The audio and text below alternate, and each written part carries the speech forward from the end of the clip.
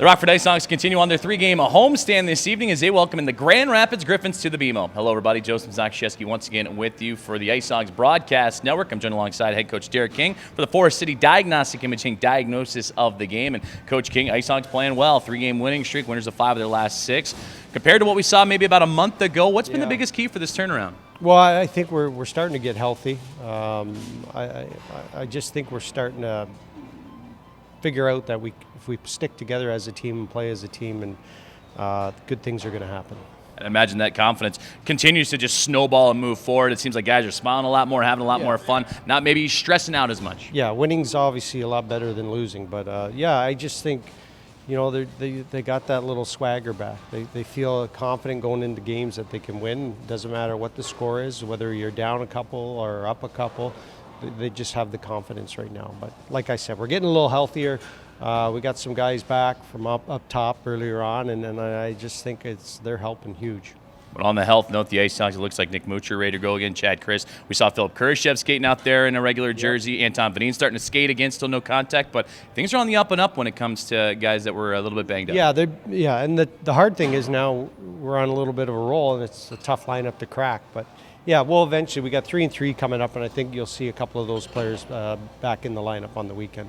Now, I know it was challenging for you just to get a roster together with so many injuries, but is the opposite happening now with guys coming back in? You mentioned for players it's hard to crack that roster, but there's a lot of talent in that locker room. Yeah, there is, and it's a problem, but it's a good problem to have. It's not the problem you have before where you're scrambling and looking through the phone book trying to find players to call up. So I'm excited. I'm excited for the guys, and you can see just they know the guys are coming back, and the guys that were with us at the start of the year, so they're excited about that. It probably adds to the playoff mentality. It seems like every game, whether you win or lose, however, it just spills over into the next night, whether it's Grand Rapids or Chicago or Milwaukee. That playoff mentality kind of builds along with the guys coming back. Obviously, it's all division teams coming in here, so like I said, we have to play our game, stick together, but play for 3 periods. Don't stray. Don't get bored with how we're doing things. If you got to dump the puck in all night and get that one chance and win a game, then that's what you have to do.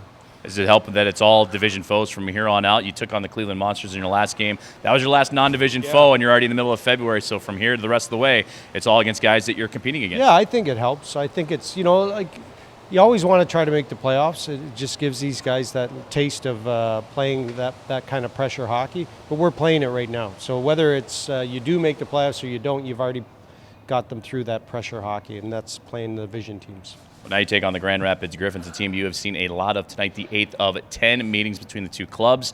And this is a team that you're neck and neck with in the standings again. It was the same last time you saw them back in the middle of January. Anything changed? Any preparation change in tonight's showdown? No, it's Ben Simon versus Derek King. That's all it is. And if he's listening and he's going to see this, I'm going to call him out. So, but no, Benny's a good friend, and he's kind of went through the same thing earlier on in the year that we went through after him.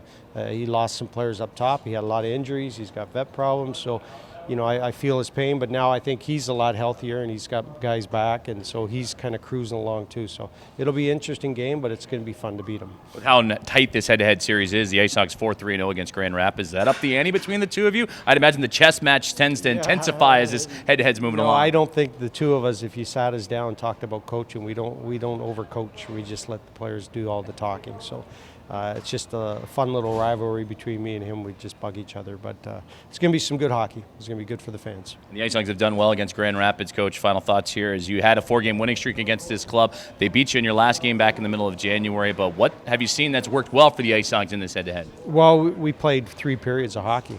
We played with some structure, and we didn't get bored with how we have to play.